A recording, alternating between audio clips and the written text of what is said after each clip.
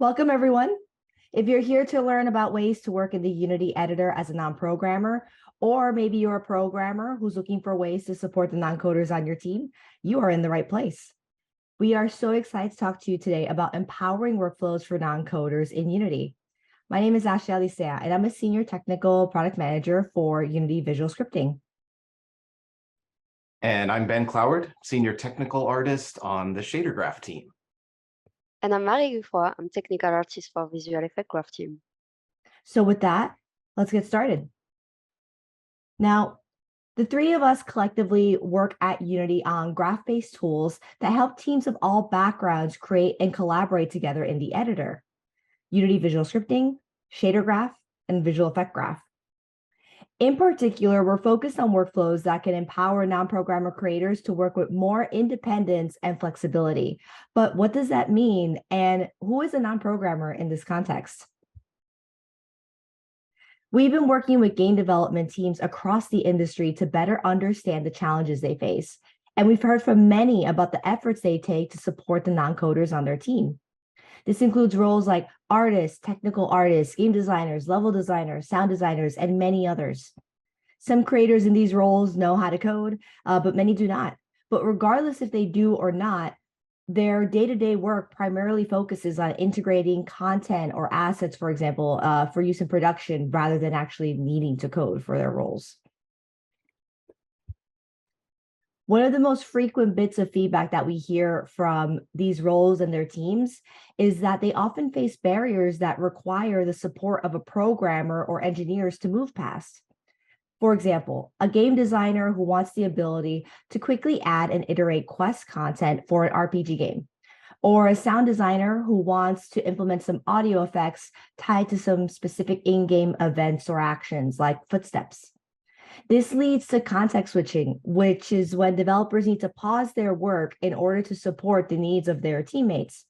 This is a hurdle for non-coders too, who have to wait for this support to be implemented before they can keep moving forward on their tasks. Now, many teams make significant investments to address these problems, be it through integrating third-party tools or developing custom workflows and tooling. However, these can sometimes be inflexible or time-consuming to maintain over the course of a production. Which brings us to why we're here today. In this session, we'll be covering recent additions and updates to the editor that make it more approachable for non-coders and make it so they can express their creativity while working with more independence and confidence. First, Ben will give a preview of Shader Graph and how it can quickly modify surface appearances.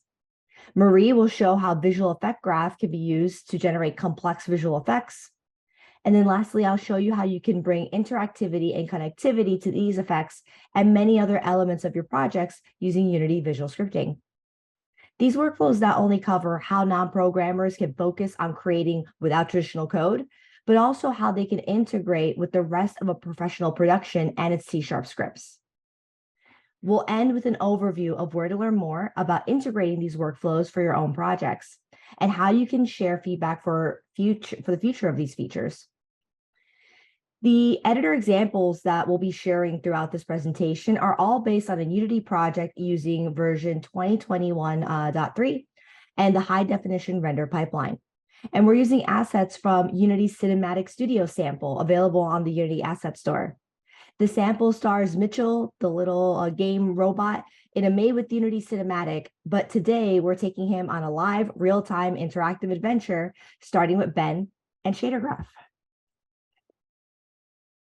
Thanks, Ashley. I'm excited to talk to you about Shader Graph today. With Shader Graph, artists have direct control over the appearance and characteristics of all surfaces in their project. They can control what properties contribute to the look of surfaces, including what types of texture maps are used, what parameters are adjustable, and what math contributes to the final result. Because they have direct control, artists can quickly prototype, make changes, and define final results without being dependent on engineers. They're not limited to a small set of predefined surface types, but are free to create more efficient custom shaders that exactly fit their needs. Shader Graph empowers artists, speeds up project workflows, and helps teams create better looking projects. Shader Graph ships with a collection of over 200 nodes, giving users access to math operators, input data, and a host of commonly used operations. To speed up production, Shader Graph also allows artists to build their own nodes using subgraphs. Subgraphs can encapsulate commonly used operations that are specific to your project. Once created, these custom subgraphs appear in the searcher menu right alongside the built-in nodes and can be dropped directly into new or existing graphs. Subgraphs allow teams to build their libraries of their own nodes and then quickly build new shaders using these nodes. To make subgraphs even more powerful, we've recently added two new features to Shader Graph. With the branch on input connection node, you can define defaults for subgraph inputs. Just add a branch on input connection node and connect your input parameter to the input and connected ports. Then you can define a default and connect it to the not connected port.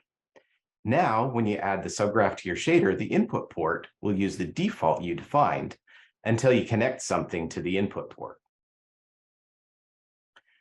The new drop-down node allows you to add drop-down UI elements to your subgraph. Inside the subgraph, the drop-down node allows you to connect two or more branches, and then when you add the subgraph to your shader, you can then use the drop-down to select which branch you prefer. This enables subgraph authors to give users multiple options and make subgraphs more powerful in production.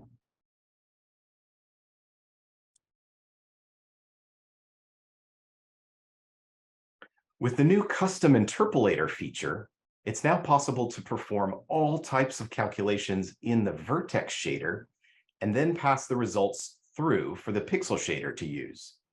Tech artists can move heavy computations from the pixel shader to the vertex shader instead to significantly improve the overall performance of the shader. The new custom interpolator feature gives you the freedom to choose the most efficient and effective place to perform shader math. Node previews are an important way to view what your shader is doing at each step. We've improved node previews by allowing you to select the type of preview you want to see for each node. So you can set the preview to be either a flat 2D image or a 3D image on a sphere. Complex shaders can have dozens of parameters, which can become disorganized and hard to use. So we've added Blackboard categories. Now it's easy to create categories to group and organize sets of parameters. So you can see which parameters are related to each other and more intuitively understand what they do. These categories are displayed in both the Blackboard itself, as well as on any material created with the shader. Now it's easier than ever to find the nodes you're looking for in the Create Node menu. The filter function now supports hundreds of synonyms. So even if you don't know the exact name of the node you're looking for, you can still find it using similar search terms. And the best match search result is always selected. So in most cases, you can simply press enter to add the node you're looking for. Now let's put these new features to work and use Shader Graph to create a new shader for our scene. I've been working on this project, and the art director asked me to change the shader for this asset to make it look like it's being rained on. This sort of thing might take months of work, but luckily, I already have a subgraph that adds rain effects that I created previously. I can just drop the subgraph into the shader for the asset and connect up the wires. I can use this same subgraph in any other asset that needs to look like it's being rained on. So in just a few seconds, my asset is ready.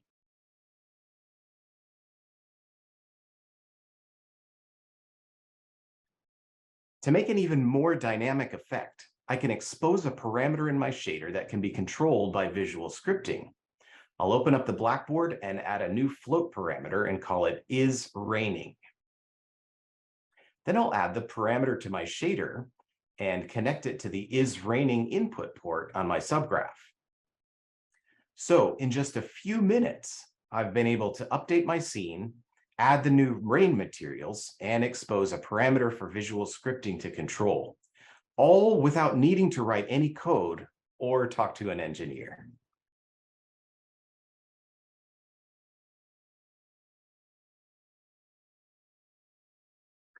And now I'll pass it over to Marie Geoffroy to talk about VFX Graph and add effects to our project. So we want to add a few environmental effects to this scene. So we can have a rain working well with the shader made previously and a cloud from which the rain would fall. So I created a cloud and a rain effect using Visual Effect Graph by manipulating the various elements available in the graph, as you can see in the video. I also exposed relevant properties and gave them default values, so we can adapt the effects in the final scene in a simple way.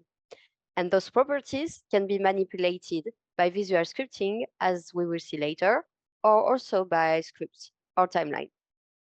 Seeing a big graph for the first time can be a bit scary, but it's all following a very simple logic that I will explain to you. Now, let's explore the tool that allows us to create such an effect for our project. Visual Effect Graph is a powerful GPU-based real-time VFX creation tool for URP and HDRP that artists can manipulate to create effects without needing programmers' help.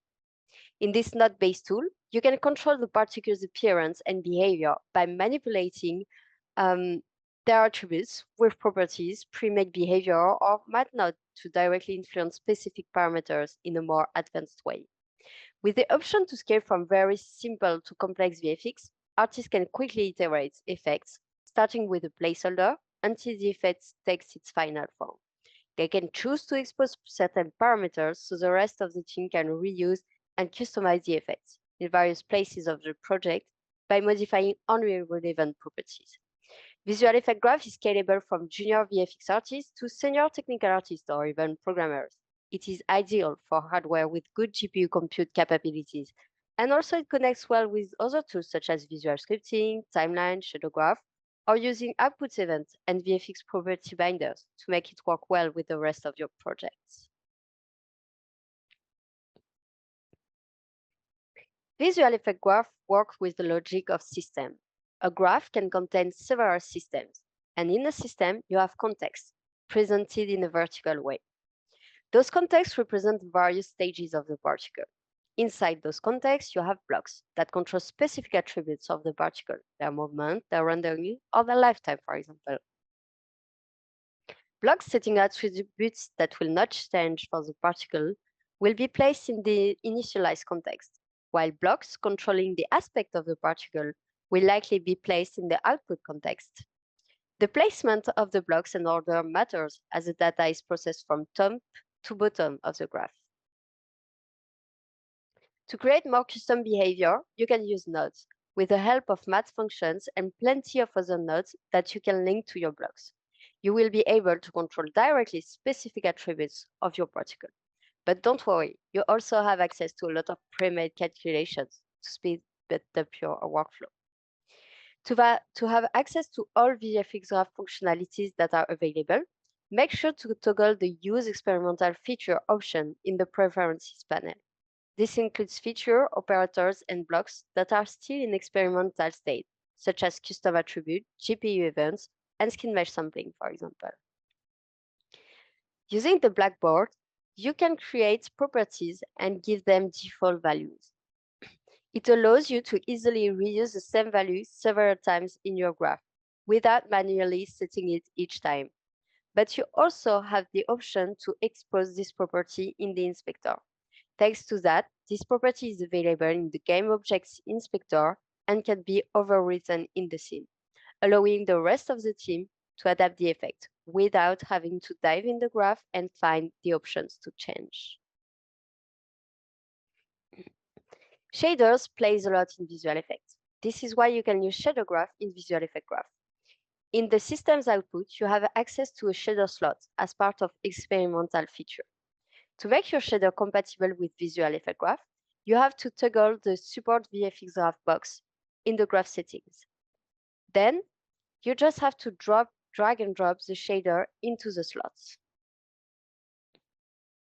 Your output will now have the material options that were set in the shader.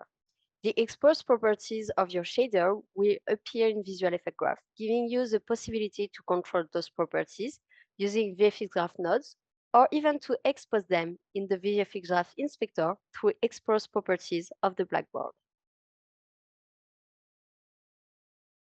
To improve your creation workflow on Unity 2021 long-term support, we added new editing mode for the bounds. The bounds are used to curl your effect when not in the camera view. In addition to manual bounds, you can use automatic bounds or record it and apply, so it adapts to the shape of your effect. Automatic will update your bounds at each frame to keep it matching your effect, but might impact performances. While manual or recorded are pre-made bounds that will not be updated during the effect, but might not perfectly fit all the time. You can also have a better control on your capacity settings thanks to the capacity debug mode, where you can track the particle count and set the capacity to have an optimized efficiency with just one click. Capacity controls the memory allocation for the effect. Having an optimized capacity that fits the effect needs will save performances. Only available on HDRP at first, you can now use lead particles on URP, so your particle will be influenced by scene lights. On HDRP, you can use decal outputs in Visual Effect Graph to influence your environment using all advantages of both decals and HDRP material. You can convert your regular quad or forward decal outputs to use this new feature. Or you can create the output as usual using the node search. Visual Effect Graph is shaped to adapt to your imagination, giving you the nodes needed to create what you want. We are looking forward to see what you will create with it. Now that we have our shader for the ground and our effect for the rain, let's see how to integrate this in the gameplay using visual scripting thanks to Ashley. All right, now that Ben and Marie have given us these weather effects, let's go ahead and combine them into a game prototype using Unity Visual Scripting. Visual scripting is built into all Unity projects by default, starting with version Unity 2021 and above. You can also find it on the Unity Asset Store listed as Bolt Visual Scripting for Unity versions 2018, 2019, and 2020. Now, visual scripting gives all creators the ability to add scalable and powerful interactions to your projects without having to write a C# script.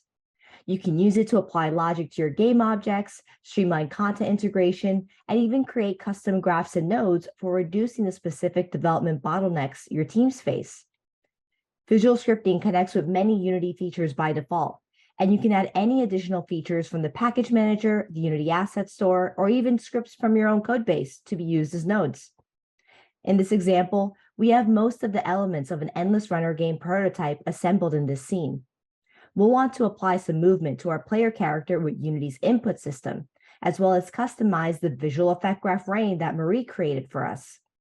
We can add these features to the node library within the visual scripting section of our project settings. Once that's done, we can create a graph and start working with these features in a visual node-based format. To create a sequential set of interactions for a game object, add a script machine component to it via the inspector. Set up a new graph asset in the component, and you're ready to start adding your nodes to be created in your graph. Let's turn the player's input from a gamepad or keyboard into movement for our character. We can see the input system nodes that we added to our project, so we'll select an input system event node that will let us know whenever the player presses left or right, and it'll pass that value based on the selected direction to a new vector3 node, which will put it into a transform translate node so we could actually move our player. We'll go ahead and add another input system event to detect when the player presses the jump button and define the corresponding action that should occur if they do. Since we want our character to jump, we can have it so that it'll play the jump animation in the character's animator. And now in play mode, we can see our character can move left and right and jump into the air when the player presses the jump button. So next, let's determine what obstacles should appear and how they should appear for our endless runner game. In the case of this prototype, our designer wants the ability to define when and where obstacles spawn for our player to avoid. What they don't want to do is create an entire spawning system from scratch while worrying about performance considerations, object pooling, and so on. The programmers have already created a core spawning system for this project, and they've exposed functions of the script so the designer can easily trigger the spawning system as needed with a visual scripting node. The programmers also created a special subgraph that can be used across many use cases, so the designer can not only use it to randomize what objects appear in the spawner, but they can also customize the subgraph to better achieve their vision without having to request additional developer support. If the designer needs a node for highly specific or advanced functionality, a developer can even extend visual scripting and create fully custom nodes from scratch to support their team's needs. This ability to customize and streamline team workflows is where teams find the full power of visual scripting. Every studio we've worked with through our user research program considers these customization workflows essential to improving collaboration and iteration speed between their coders and non-coders. With these custom options available in visual scripting, our project's designer can now add a list of spawn locations they created, a timer to repeat the spawn behavior as often as they like, and they can set this behavior to run when the game starts. And when we enter play mode, we can see success in the form of infinite logs and chickens now running down our scene. You can also see another helpful visual scripting functionality in action down below. While you're reviewing your work in play mode, you can see the live flow of your visual scripting graphs so you can understand what exactly is happening in your graph in real time. You can even edit your graph while in play mode and change nodes or variable values and see your updates reflected immediately, like what we did just now here with our spawn rate timer. Maybe a bit too many chickens, we'll see. Now that we have our obstacles to avoid, what will happen when the player collides with them? In the spirit of when it rains, it pours, we're going to use the effects created by Ben and Marie to cause a rainstorm whenever the player runs into a spawned item. To do this, we'll create a state machine with visual scripting. This is an alternate to the script machine that we worked with earlier. Instead of executing logic in a specific sequential order, a state machine can automatically transition between different sets of behaviors based on in-game events, parameter changes, player input, and much more. In our game state machine, we'll create a specific state to hold our logic for nice weather, clear skies, we'll call it, and a second state to define what happens when a storm occurs using the effects that were made earlier, and we'll call this the storm state. In our storm state, we'll start by adding a timer to help make a smooth transition between the two states. We'll then take the rain created in Visual Effect Graph and adjust the rain intensity and wind direction values Marie created for us. We'll then set the shader graph parameters on our ground and vegetation shaders to activate the appearance of wind and rain on their surfaces. With some additional logic to change the background colors over time and a second timer to determine how long the storm should last, we're now done creating our core storm state. We'll copy that and paste it over into our clear sky state and go ahead and update the values to match the ones that we've been using as a default so far in our project so that the rain and the wet ground effects are turned off. Once we tweak the rest of the state to match our kind of default start scene, we're going to need to add transitions with parameters that define when the states transition between each other. And we're going to do this using custom event triggers. The trigger to activate the storm will be called whenever the player collides with an obstacle. And the storm state will trigger the transition with a timer after a few seconds have passed. So you can see here with the collision on the player, they collide with the object, it triggers that custom event. And with the storm state, this timer here in the storm state will trigger the end storm custom event, which will have our transition and state machine go back to the clear sky state. In Playbill, we can see our shader graph and visual effect graph effects change as instructed, all without having to write traditional code. To learn more about these features and how you can use them in your workflows, please check out these first couple links here at the top. It's each link covers each of the features that we've covered today. Shader graph, visual effect graph, visual scripting. You can find more information about their features, their workflows, documentation, implementation guides, and lots more. Secondly, I want to make sure that y'all are aware of our public roadmaps.